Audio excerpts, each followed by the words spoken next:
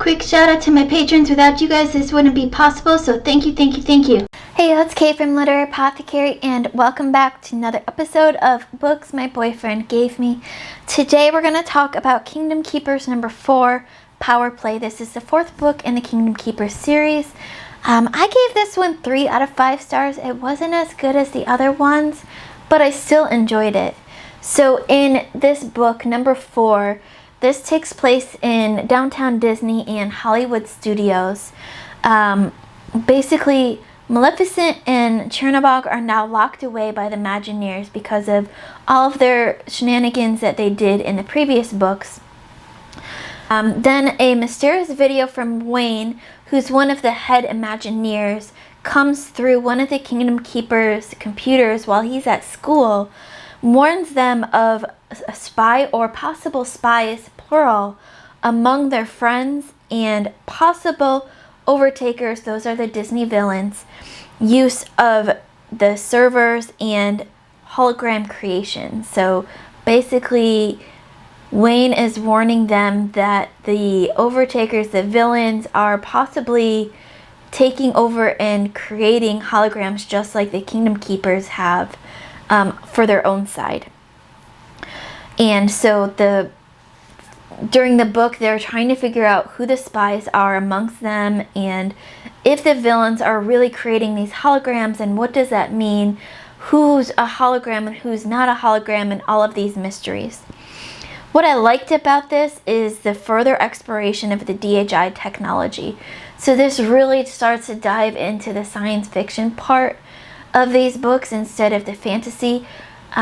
They get a little bit older as you go along the books, just as our characters get older, and because of that, the technology part of it and the science fiction exploration becomes more and more prevalent as you get older, so it's less like magic like kids would think of and more science fiction and technology and real world stuff as you get older you come to believe.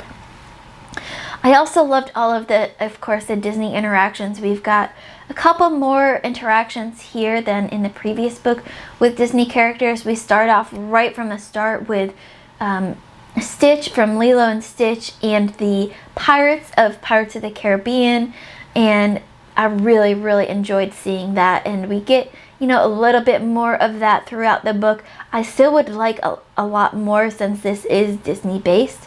I want more of those Disney characters, but we've got more than we had in book 3, so that's a step up. What didn't really work for me is all of this second guessing going on amongst all of our characters. I understand why Ridley Pearson put this in here to try to get us into the mindset of the characters and trying to figure out who they can trust and who they can't trust and keeping us on our guard. But for me as a reader, it made it hard to follow at times because you didn't know who was talking to whom and who to believe and what was actually happening. And the same thing could be said about the DHI technology when they were like, is this a hologram or is this a person? Is this a character or is this a cast member? Sometimes that kind of language got a little bit confusing for me to follow. And so those are the reasons mainly why I marked it as a 3 out of 5 star instead of higher. It just didn't feel as cohesive as some of the previous books did. The storyline felt a little bit patched together instead of just one cohesive story. So now I'm already reading book 5, and this one seems to be slightly better. I think still I've gone through 4 out of the 7 books so far, and the last book in the series, which is the first book that I read, is still my favorite because it felt like it had all of the Disney characters that I've wanted to see. We had tons of that in there. A good storyline, solid storyline, good storytelling, good ideas, good characters. It just all seemed to come together in book 7. So we'll see. I think about halfway through book 5 now, and then I have book 6 and book 1 to still read to finish off this series. But like I said, I gave it 3 out of 5 stars for Power Play Kingdom Keepers number 4. It wasn't bad, but it wasn't great. It wasn't the best one out of the series. So I gave it a solid middle ranking.